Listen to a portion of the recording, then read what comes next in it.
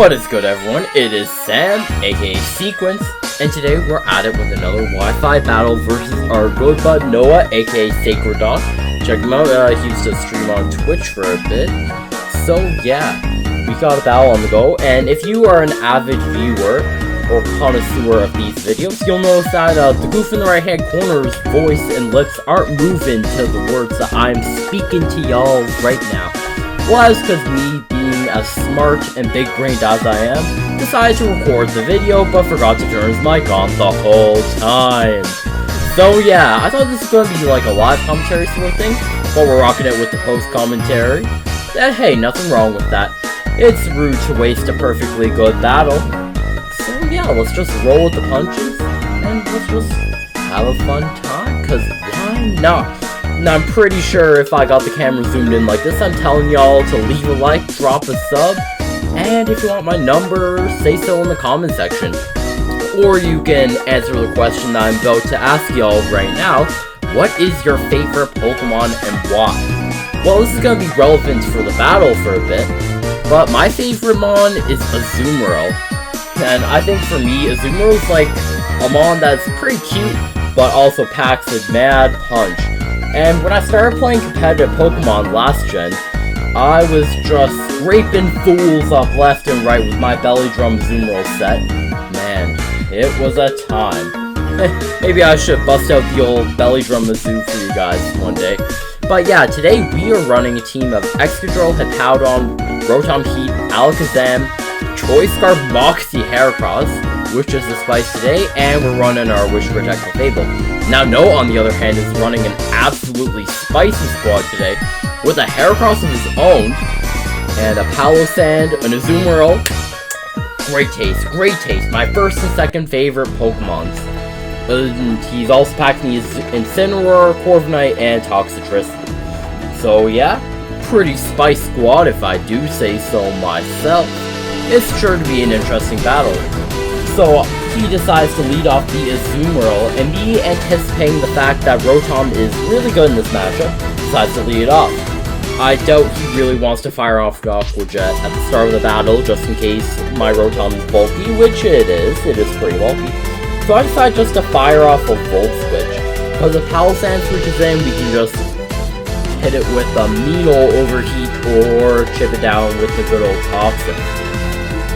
So that's my play, and if anything else besides Palossand comes in, we just Volt Switch and we just get some momentum off. Sure enough, Palossand does come in here. I could have gotten the read off, but no. I try to go for the Volt Switch, and that thick old Sandcastle stomachs the hit. So that is kind of a drag, but we'll just go for Toxic, wear that thing down. Because if it's one thing tanks don't like, it is Toxic and other funny status. But mostly Toxic. Toxic is great, Toxic is good. There's a reason why Toxic was removed in this gen. Because Game Freak did not want all these tanky, thick mons getting access to the moves.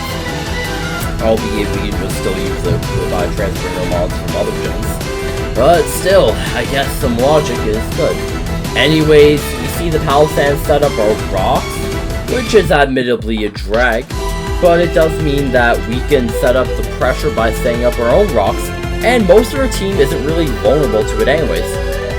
The only Mon that is most vulnerable here is going to be our Heracross, taking neutral damage from it, but our Clefable and Alakazam are both packing Magic Guard ability, which means rocks ain't going to be that great. Hippowdon is thick, takes resistant damage from it anyways, if I'm correct. And, yeah, Rotom Heat's packing the heavy-duty boots, so it takes no damage from them hazards. So yeah, Hippowdon switches in since Palossand cannot really do anything to this thick old Sahara I got here. So this is quite the prime opportunity to set up rocks of our own, because why not? If he doesn't like the rocks, which a lot of mons on his team are taking neutral damage from that, while Incineroar would take up like 25%, but I can only assume that things heavy duty boots. So if we end up setting up our rocks, we can pressure him into going for that defog, which allows us just to do literally anything else. So he switches in Corviknight, And Corv is sure as heck gonna go for that defog because it is free. So for us, this is definitely prime opportunity to try to switch something in, generate momentum, and get the battle rolling. Now, admittedly, Rotom Heat is key in this matchup against his team, and once we lose Rotom Heat, or if we lose it, then we are in a very tough spot. I will admit that. But we do see the Corviknight go for the defog, all according to plan. Besides, the rocks are great, but I think we can get by without the chip on his team. Just because, again, most of that stuff isn't only taking the neutral damage. Again, the neutral chip does help, but if we can stall him out by forcing him to remove the hazards, then that will probably benefit us just as much. So yeah, we do go for the nasty block here, just in case maybe Palisand wants to switch out. Then I can end up just going for a +2 overheat and winning that Sandcastle stake. But no, we get the nasty plot off and we go for the taunt, actually. The taunt on Corviknight is not really something you see very so often. But in the end, we don't care. We're already at +2. So Volt Switch is free, and if Sandcastle comes in, then we literally just overheat it and the So either way, being at +2 is very commanding for us.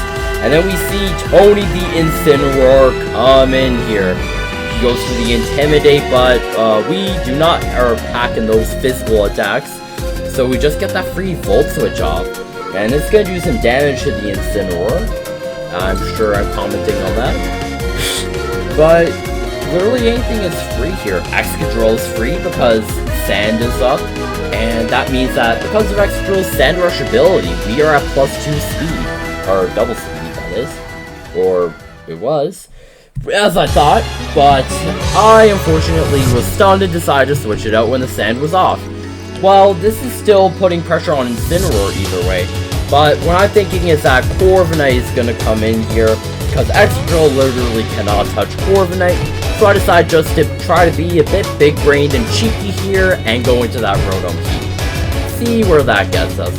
Because again, if I can command Rotom Heat to go up versus Corviknight, then like Rotom Heat just being out there and having a free turn to do anything it likes is gonna be key for helping us win that battle and get some good chip on the go and just maybe KO some mons.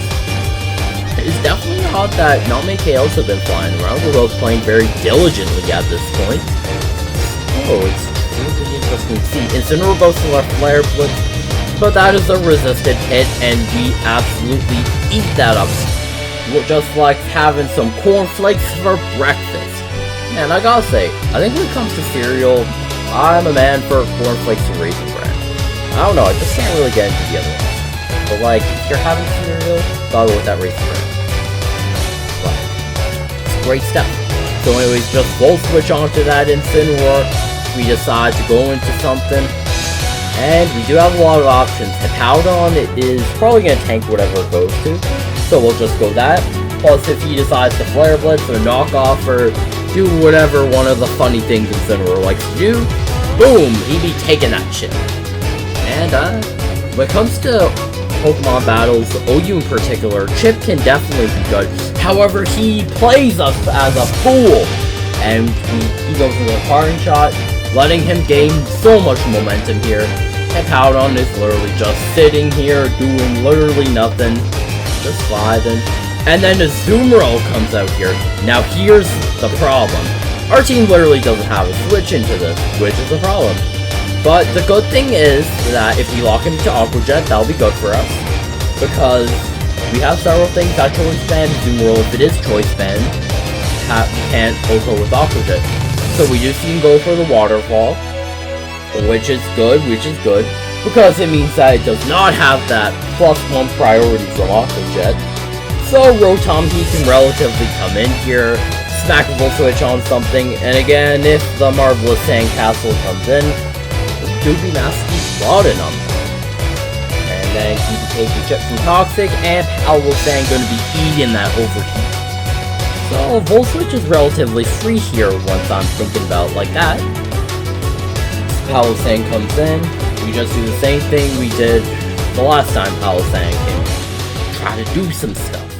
Again, Rotom Pete is crucial, considering how much of his team is great against Corviknight and Azumarill in particular are threats we need to move. In fact, Azumarill in particular would be something that we definitely want to get out of here. But we do see the Palisang comes in, meaning my Volt Switch is gonna get eaten up. Which is, again, a mostly drag. We're down to half health. That sand chipping us down. Which do be a drag. So then, we do have like the opportunity, just Nasty Plot or Overheat. Do whatever we want to do. Let's just attack it with an Overheat. So we heating things up. Heating up in the Rotom Keto Warden. And our special attack do be dropping. But that Palisand, he won't take Sandcastle. So he sets up rocks on us again. Which again is a problem because since we don't have rocks up, and our Hippowdon is down for the count, he has no reason to defog. Meaning them rocks are probably up for the foreseeable future. Considering that Excadrill really doesn't have a safe place to Rapid Spin. But then again, like I said before, rocks really aren't that much of a hindrance against our team. We are packing Magikarp, and the things that are harmed by Stealth Rock the most, again, just to be taking that neutral damage. We can survive. But the thing is that our Rotom Heat is getting low. A Wish from Clefable, though, could fill us up and make us nice and healthy again. But the problem is actually getting that off. And we do go for the Overheat twice. Palisang goes down, marking the first KO of the battle. Well, or my first KO. He did take down our Hippowdon, which is a big step. So he ends up going for his Toxicity. Yep. And here's the thing. I'm like, oh man, this fool is gonna get outsped. Because Toxicity has two main sets to run.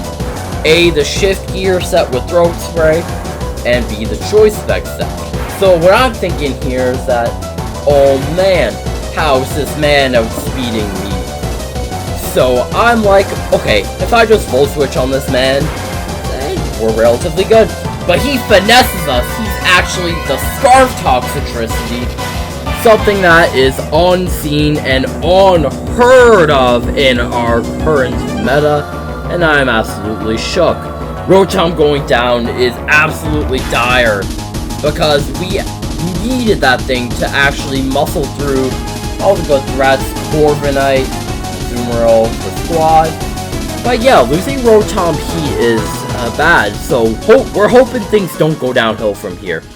Thing is that we don't gotta quit till it's over. There's always a chance to win. Pokemon is a very game that some battles can just change based off of a certain crit. You just get lucky hitting all your attacks. And just hang in there. Have positive attitude. And you'll be having a time. So yeah, that is definitely a good way to look at most things in life, right? So if you don't have a positive attitude about stuff, then how are you really gonna persist? How are you really gonna put yourself out there? You just gotta look at something with optimistic eyes. Then you'll be looking at the world a whole brand new way. So yeah, we'll try our best, and if we take the L here, no big deal. But we do see our Heracross get kind of walled by that big old Corgi boy. But I'm anticipating the Corviknight to not have Iron Head here, because Corviknight's been running Brave Bird lately, and what I've seen just to be able to get some damage on Urshifu, because Urshifu is, one of the most broken things in the game right now. So, having something that can counter check that is a relatively good thing to have. So we do be sending in Starburst here, but he ends up finessing a switch on us. He goes for the Toxicity. The good thing here, however, is that we can lock him into something now that we know he's Scarf. And I'm definitely anticipating him to go for the Sludge Bomb here. Since it is very obvious, he probably just wants to take down this big old tank left with one fell swoop. Well, albeit, I don't know if a Sludge Bomb will really take down, considering that we are Calm 2 HP to spit up. So that Sludge Wave do be coming out. We have free out to Excadrill if that's the way we choose. But actually decide to stay in here. However, at this point, I do underestimate how strong Toxtricity really is. He goes for a Sludge Wave, and that does over 50. I sure saw that coming, and for the more so part I did. And that also means that we do get the free switch in. You can't do anything to Excadrill now. Thinking about it now, I really should have just gone for the hard switch. No reason not to. But hey, we're hanging in there. Bottles is coming down. Well, the problem is that Corviknight exists and Azumarill exists. So, muscling through those two is gonna be quite the ordeal. Hey, it's possible. Nothing's impossible in this here world that we live in. So we do end up seeing Toxtricity go up, and Incineroar comes back in, which we can muscle through even if we're at -1. Excadrill has that crazy attack stat, and now we're boosted to +1 with Swords Dance. So Incineroar definitely goes down here, and me anticipating, Corviknight might come in. Well, it's no matter, we'll just Iron Head it until we go down, try to get as much damage on that bulky bird as we can. But no, he lets us have the Incineroar here. Albeit, I doubt Incineroar does much against the remaining members of the team anyways. The Baton is nearly past to that cheeky Corv and that adamant, abundant Azumarill. I don't know if the game is actually adamant, but most people run it adamant. If you're not running adamant or jolly, what are you doing? Why don't you play this game? Yeah, I'm anticipating Corviknight is pretty free here. I can't really do anything. I'm not running that Rock Slide. I ran the Iron Head instead, and the Rapid Spin. But hey, we just see what he ends up doing here. I am definitely pandering what he's about to do based on my reaction up there.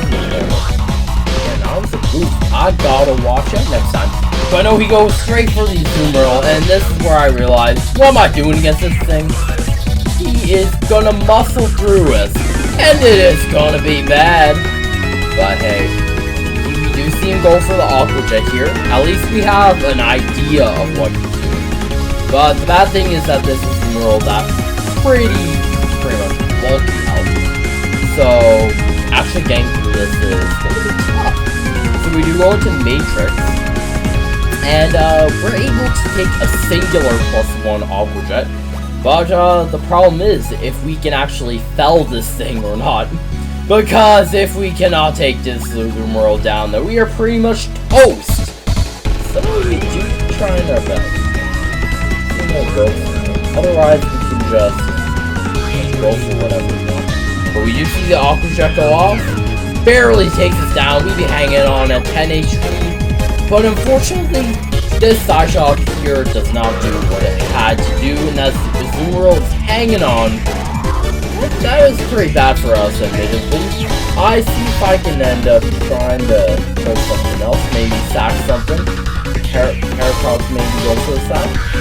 In hindsight, this probably will be bad. That is what I ended up pulling. Heracross is... yeah, he really didn't get to show off what he could do in this battle. Yes, it was a misplaced switching him in first. But for me, I just go for that knockoff, because why not? I know I'm dying here. And at this rate, I think the battle might unfortunately just be about over. I got finessed, but hey, at least I got finessed by Azumarill, who, as I told you guys before, is my favorite Pokemon. I don't know what it is, he's just cool, he looks like an egg, and he packs a punch. Pretty big one. We do see him swap out here, and Toxtricity comes in. But unfortunately, we have nothing left that can get past this thing. He's Scarf, he's boosted. We died a Sludge Wave at this range. Our only hope would be hitting a double protect and hoping that he gets a Mineral on a Sludge Wave. and then just going for Wish and Protect and trying to siphon him off that way. We get 1 Protect, but we'd unfortunately have to hit 2 in a row if we had a chance to survive this hit, in my opinion. We are up, but me being a fool doesn't go for the Wish. Why did I not do that? I don't know. I think that, in my opinion, is like, I must have lost the battle. But hey, I could have definitely done a lot of things, and that's the thing. When you lose something, you just gotta take it into account and use it as a learning experience. Me trying to ponder the forfeit, but ultimately decides not to, because when I lose like a man. So we do see the Alakazam come in. Alakazam was not outspeeding a Scarf Toxicity, and we did unfortunately take the L. So yeah, that is pretty much the battle. I got finessed by that Azumarill, I feel. And for me, I think there's arguably like a lot of misplays I made there. But hey, like I said, it's a learning experience. Anyway, thank you so much for watching the video. Hope you guys had a good time. And until next time, have a good one.